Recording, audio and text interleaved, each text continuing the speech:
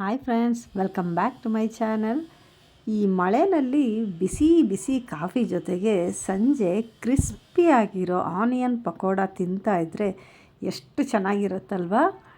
ಬನ್ನಿ ಇವತ್ತು ಒಂದು ಕ್ರಿಸ್ಪಿಯಾಗಿರೋ ಹಾಗೆ ಸಖತ್ ಟೇಸ್ಟಿಯಾಗಿರೋ ಆನಿಯನ್ ಪಕೋಡ ಮಾಡೋದು ಹೇಗೆ ಅಂತ ತೋರಿಸ್ತಾ ಇದ್ದೀನಿ. ಸಂಜೆ ಬಿಸಿ ಬಿಸಿ ಕಾಫಿ ಅಥವಾ ಟೀ ಜೊತೆಗಂತೂ ಸೂಪರಾಗಿರುತ್ತೆ. ಖಂಡಿತ ನೀವು ಒಂದ್ಸಲ ಟ್ರೈ ಮಾಡಿ. ವಿಡಿಯೋನ ಸ್ಕಿಪ್ ಮಾಡಿದೆ ನೋಡಿ. ಬನ್ನಿ ಮಾಡೋ ವಿಧಾನ ಹೇಗೆ ಅಂತ ನೋಡೋಣ.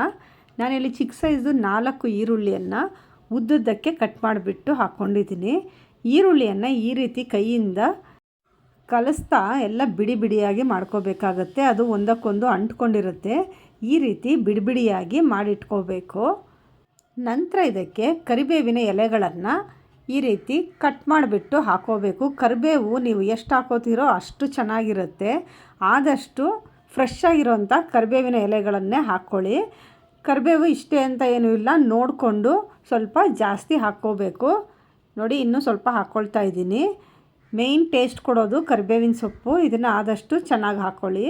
ನಂತರ 1/4 ಟೀ ಸ್ಪೂನಷ್ಟು ಜಿಂಜರ್ ಗಾರ್ಲಿಕ್ ಪೇಸ್ಟ್ ಹಾಕ್ಕೋತಾ ಇದ್ದೀನಿ. ಹಾಗೆ 1 ಟೀ ಸ್ಪೂನಷ್ಟು ಅಕ್ಕಿ ಹಿಟ್ಟು, 1 ಟೀ ಸ್ಪೂನಷ್ಟು ರೆಡ್ ಚಿಲ್ಲಿ ಪೌಡರ್ನ ಹಾಕ್ಕೋತಾ ಇದ್ದೀನಿ.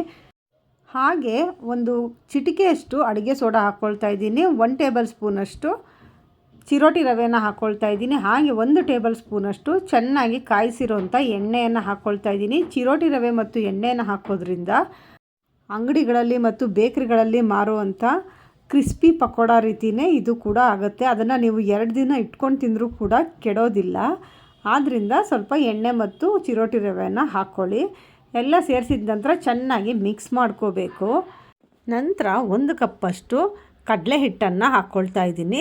ಕಡಲೆ ಹಿಟ್ಟು ಈರುಳ್ಳಿಗಿಂತ ಸ್ವಲ್ಪ ಕಡಿಮೆನೇ ಹಾಕ್ಕೋಬೇಕು. ನಾವು ಬೋಂಡಗಳಿಗೆ ಹಾಕೋ ರೀತಿ ಜಾಸ್ತಿ ಕಡಲೆ ಹಿಟ್ಟನ್ನೇ ಹಾಕೋದಕ್ಕೆ ಹೋಗಬಾರ್ದು. ಈರುಳ್ಳಿಗೆ ಕಡಲೆ ಹಿಟ್ಟು ಅಂಟ್ಕೊಳ್ಳೋ ರೀತಿ ಇದ್ದರೆ ಸಾಕು, ತುಂಬ ಜಾಸ್ತಿ ಹಾಕೋದಕ್ಕೆ ಹೋಗಬಾರ್ದು. ಮತ್ತು ಇದಕ್ಕೆ ರುಚಿಗೆ ತಕ್ಕಷ್ಟು ಉಪ್ಪನ್ನು ಸೇರಿಸ್ಕೊಳ್ತಾ ಇದ್ದೀನಿ. ಸೇರಿಸಿದ ನಂತರ ಚೆನ್ನಾಗಿ ಒಂದು ಸಾರಿ ಬೆರೆಯೋ ರೀತಿ ಮಿಕ್ಸ್ ಮಾಡ್ಕೋಬೇಕು. ಇದಕ್ಕೆ ನೀರನ್ನು ಮೊದಲೇ ಮಿಕ್ಸ್ ಮಾಡಿ ಇಡಬಾರ್ದು. ಏನಾಗುತ್ತೆ, ಬೇಗನೆ ನೀರು ಬಿಟ್ಕೊಂಡು ಬಿಡುತ್ತೆ. ಪಕೋಡ ಟೇಸ್ಟ್ ಕೂಡ ಚೇಂಜ್ ಆಗುತ್ತೆ, ಮೆತ್ತಗೆ ಬರುತ್ತೆ. ಆದ್ದರಿಂದ ನೀವು ಎಣ್ಣೆನ ಕಾಯೋದಕ್ಕೆ ಇಟ್ಕೊಂಡು ಎಣ್ಣೆ ಕಾದ ನಂತರನೇ ನೀರನ್ನು ಮಿಕ್ಸ್ ಮಾಡಿಬಿಟ್ಟು ಇಮಿಡಿಯೇಟ್ ಎಣ್ಣೆಗೆ ಹಾಕ್ಕೋಬೇಕಾಗುತ್ತೆ. ನೋಡಿ, ನಾನಿವಾಗ ನೀರು ಹಾಕ್ಕೊಳ್ತಾ ಇದ್ದೀನಿ. ನೀರು ತುಂಬ ಕಡಿಮೆ ಪ್ರಮಾಣದಲ್ಲಿ ಹಾಕ್ಕೋಬೇಕು. ಇದನ್ನು ತುಂಬ ಗಟ್ಟಿಯಾಗಿ ಕಲಿಸ್ಕೋಬೇಕು. ಯಾಕೆಂದರೆ ನೀವು ಎಣ್ಣೆಗೆ ಹಾಕೋಷ್ಟರಲ್ಲಿ ಬೇಗ ನೀರು ಬಿಟ್ಕೊಂಡ್ಬಿಡುತ್ತೆ. ನೋಡಿ, ಈ ರೀತಿ ನಾನೊಂದು 2-3 ಟೇಬಲ್ ಸ್ಪೂನ್ ಅಷ್ಟೇ ಹಾಕ್ಕೊಂಡಿದ್ದೀನಿ. ಈ ರೀತಿ ಚೆನ್ನಾಗಿ ಗಟ್ಟಿಯಾಗಿ ಕಲಿಸ್ಕೋಬೇಕು.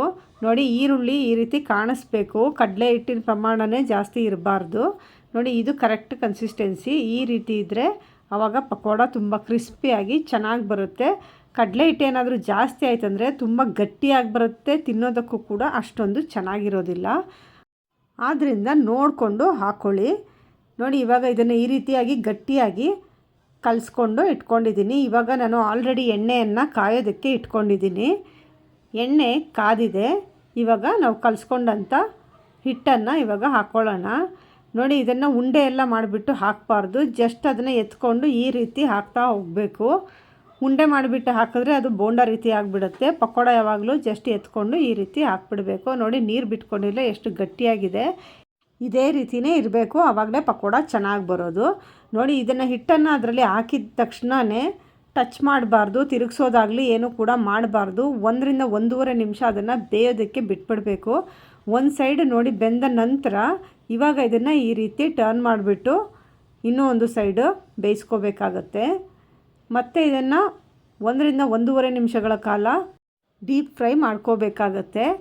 ನೋಡಿ, ಪಕೋಡ ಇವಾಗ ಆಲ್ಮೋಸ್ಟ್ ಚೆನ್ನಾಗಿ ಡೀಪ್ ಫ್ರೈ ಆಗಿದೆ. ನೋಡಿ, ಈ ರೀತಿ ಬ್ರೌನ್ ಕಲರ್ ಆಗೋ ತನಕ ಡೀಪ್ ಫ್ರೈ ಮಾಡಿಕೊಂಡ್ರೆ ಸಾಕು. ತುಂಬ ಹೊತ್ತು ಬಿಟ್ಟರೆ ಕಪ್ಪಗೆ ಸೀದೋಗಿಬಿಡುತ್ತೆ. ಮತ್ತು ಎಣ್ಣೆಯನ್ನು ಆದಷ್ಟು ಮೀಡಿಯಮ್ ಫ್ಲೇಮಲ್ಲೇ ಇಟ್ಕೊಂಡು ನೀವು ಡೀಪ್ ಫ್ರೈ ಮಾಡಬೇಕಾಗುತ್ತೆ. ತುಂಬ ಲೋ ಫ್ಲೇಮ್ ಅಥವಾ ಫುಲ್ ಹೈ ಫ್ಲೇಮಲ್ಲಿ ಕೂಡ ಇಡಬಾರ್ದು. ತುಂಬ ಲೋ ಫ್ಲೇಮಲ್ಲಿ ಇಟ್ಕೊಂಡು ಮಾಡಿದಾಗ ಪಕೋಡ ಕ್ರಿಸ್ಪಿಯಾಗಿ ಬರೋದಿಲ್ಲ, ತುಂಬ ಮೆತ್ತಗೆ ಬರುತ್ತೆ. ನೀವು ಹೈ ಫ್ಲೇಮಲ್ಲಿ ಇಟ್ಕೊಂಡು ಮಾಡಿದ್ರೆ ಮೇಲೆ ಸೀದೋಗುತ್ತೆ, ಒಳಗಡೆ ಬೆಂದಿರೋದಿಲ್ಲ. ಆವಾಗ ಟೇಸ್ಟು ಚೇಂಜ್ ಆಗಿಬಿಡುತ್ತೆ, ಪಕೋಡ ಚೆನ್ನಾಗಿರೋದಿಲ್ಲ. ಆದಷ್ಟು ಮೀಡಿಯಮ್ ಫ್ಲೇಮಲ್ಲೇ ಎಲ್ಲವನ್ನು ಕೂಡ ನೀವು ಡೀಪ್ ಫ್ರೈ ಮಾಡ್ಕೋಬೇಕಾಗತ್ತೆ. ನೋಡಿ, ಫ್ಲೇವರ್ ಕೂಡ ತುಂಬಾ ಘಮ ಅಂತ ಬರ್ತಾಯಿದೆ. ಕ್ರಿಸ್ಪಿ ಆನಿಯನ್ ಪಕೋಡ ರೆಡಿಯಾಗಿದೆ. ಇವಾಗ ಇದನ್ನೆಲ್ಲ ತೆಗೆದು ಒಂದು ಸ್ಟ್ರೈನರ್ಗೆ ಹಾಕ್ಕೊಳ್ಳೋಣ. ನಂತರ ಇದಕ್ಕೆ ಗಾರ್ನಿಷ್ ಮಾಡ್ಕೊಳ್ಳೋದಕ್ಕೋಸ್ಕರ ನಾನು ಸ್ವಲ್ಪ ಕರಿಬೇವಿನ ಎಲೆಗಳನ್ನು ಈ ರೀತಿಯಾಗಿ ಫ್ರೈ ಮಾಡ್ಕೋತಾ ಇದ್ದೀನಿ.